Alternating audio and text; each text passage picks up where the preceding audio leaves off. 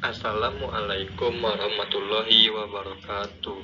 Baiklah, perkenalkan kami dari kelompok pemulihan sosial psikologis masyarakat akibat tsunami Aceh dengan metode rehabilitasi, yang dimana beranggotakan pertama Alivia Rahmawati dengan NIM 19006145. Yang kedua, saya sendiri Faliksan dengan NIM 19086126. Baiklah, saya akan menjelaskan materi. Semoga teman-teman dapat mendengarkan dengan baik dan dapat memahami materi yang akan kami sampaikan. Baiklah, saya akan menjelaskan poin A. Pengertian tsunami. Bencana tsunami sering digunakan untuk menggambarkan gempa bumi yang lautan yang sangat besar. Bencana yang dihasilkan oleh perubahan vertikal massa air dan diakibatkan oleh gangguan massa air di laut. Pengertian tsunami sering digunakan untuk menggambarkan gelombang lautan yang sangat besar yang dihasilkan oleh perubahan vertikal massa air dan diakibatkan oleh gangguan massa air di laut dalam secara tiba-tiba. Menurut RBI, tsunami merupakan salah satu ancaman bencana di wilayah pesisir Indonesia. Hal ini disebabkan karena sebagian besar wilayah Indonesia adalah laut. Bencana ini umumnya dipicu oleh gempa bumi di bawah laut yang menyebabkan pergeseran secara vertikal di dasar laut. Selain gempa bumi, letusan gunung api juga dapat memicu terjadinya tsunami. Kemudian, bencana tsunami yang terjadi pada tanggal 26 Desember 2006 yang terjadi di kawasan pesisir Samudra Hindia menjadi catatan sejarah yang kelam di Indonesia. Peristiwa tsunami yang terjadi di Aceh pada 26 Desember 2004 merupakan gempa tektonik yang terjadi di laut dengan kekuatan 9,0 skala Richter dengan kedalaman lebih kurang 70 km, menyebabkan terjadinya patah vertikal memanjang sehingga air laut berisap masuk ke dalam patahan dan kemudian secara hukum fisika air laut terlempar kembali setelah patahan tadi mencapai keseimbangan kembali. Penyebab tsunami. Tsunami biasanya berhubungan dengan gempa bumi. Gempa bumi ini merupakan proses terjadinya getaran tanah yang merupakan akibat dari sebuah gelombang drastis yang menjalar melalui massa bumi. Yang menjadi fokus dalam penulisan ini adalah gempa dari jenis tektonik. Pada umumnya gempa inilah yang paling banyak menjadi penyebab terjadinya gelombang tsunami. Yang menjadi penyebab terjadinya gelombang oleh gangguan pada dasar laut yang menyebabkan perpindahan sejumlah besar air. Dalam proses kembalinya air yang terganggu ini menuju equilibrium atau keadaan yang tenang, suatu gelombang dapat terbentuk dan menyebar meninggalkan pusat gangguan sehingga menyebabkan tsunami. Peristiwa-peristiwa yang dapat menyebabkan perpindahan air seperti ini meliputi gempa bumi bawah laut, longsor yang terjadi di dasar laut, jatuhnya benda ke dalam air seperti letusan gunung, meteor, atau ledakan senjata.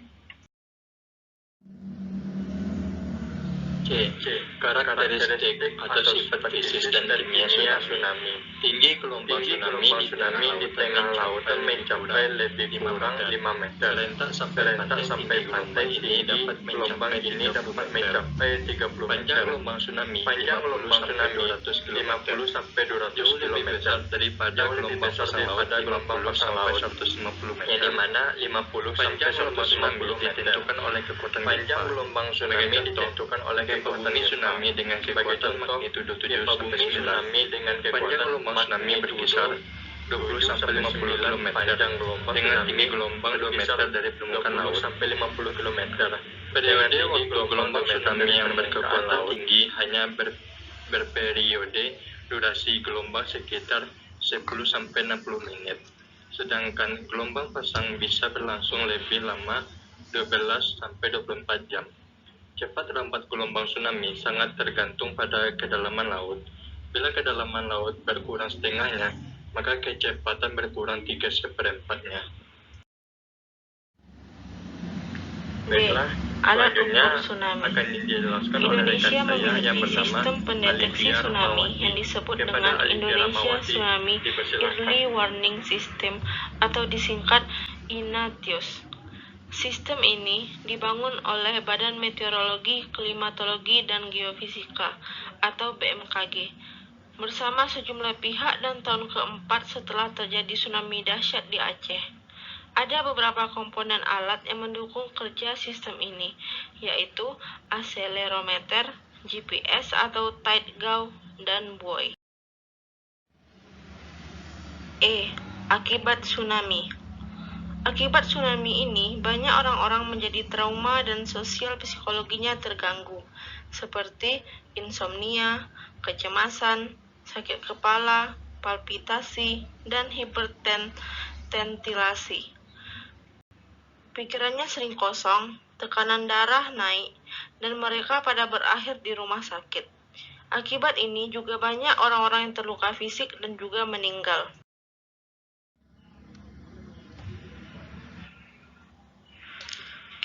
Penanggulangan tsunami. Sebelum terjadi bencana tsunami, yang pertama harus dilakukan adalah pahami apa itu tsunami. Kebiasaan masyarakat Indonesia yang tidak mempelajari dengan baik apa saja yang dimaksud dengan tsunami dan bagaimana bisa terjadi. Usahakan untuk mempelajari wilayah Indonesia, khususnya kota atau area di mana Anda tinggal, apa saja risikonya dan bagaimana penanggulangannya. Utamakan untuk menyelamatkan dan mencari penanggulangan untuk evakuasi diri. Yang kedua, Satgas Penanganan Bencana. Satgas merupakan orang yang penting dalam berbagai area dengan fokus menangani masalah ketika bencana alam. Dan yang terakhir adalah sistem peringatan dini, berfungsi untuk mendeteksi risiko tsunami, memperkirakan daerah-daerah yang akan terkena, dan mengeluarkan pengumuman agar publik dapat mengambil tindakan untuk mengurangi korban jiwa dan kerusakan. Peringatan dini tsunami biasanya berawal dari terjadinya gempa berkekuatan besar atau bermagnitudo 7,0 atau lebih. Saat gempa seperti ini terjadi, penduduk daerah terdekat dapat langsung diberi peringatan dini serta perkiraan kasar ukuran atau waktu kedatangan tsunami. Upaya deteksi tsunami melalui pemantauan gempa bumi bermagnitudo besar telah dilakukan sekurang-kurangnya sejak awal 1900-an oleh vulkanolog Amerika Serikat, Thomas A. Jagger di Hawaii. Selanjutnya, penanggulangan tsunami yang dilakukan setelah terjadinya bencana tsunami adalah tenaga medis memberikan bantuan obat-obatan.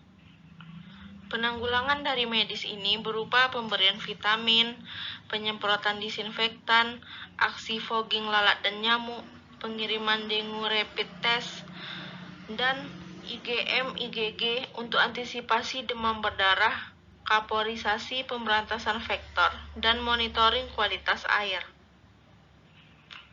Tahap penanggulangan tsunami setelah terjadi bencana selanjutnya adalah melakukan rehabilitasi. Kemudian, pemerintah juga melakukan tahap rehabilitasi. Tahapan ini merupakan tindakan lanjutan dari tahap tanggap darurat. Tujuan tahapan rehabilitasi adalah memulihkan dan mengembalikan fungsi-fungsi bangunan dan infrastruktur dasar yang dianggap menjadi keperluan mendesak, seperti rehabilitasi sarana kesehatan, sekolah, tempat ibadah, serta sarana dan prasarana perekonomian. Proses rehabilitasi ini mempunyai target sampai fasilitas layanan publik dapat berfungsi pada tingkat yang memadai dalam pelayanannya. Pada tahapan ini juga difokuskan pada penyelesaian permasalahan terkait pada aspek hukum seperti penyelesaian hak atas tanah dan juga pemulihan non-struktural berupa pemulihan trauma pada korban-korban tsunami.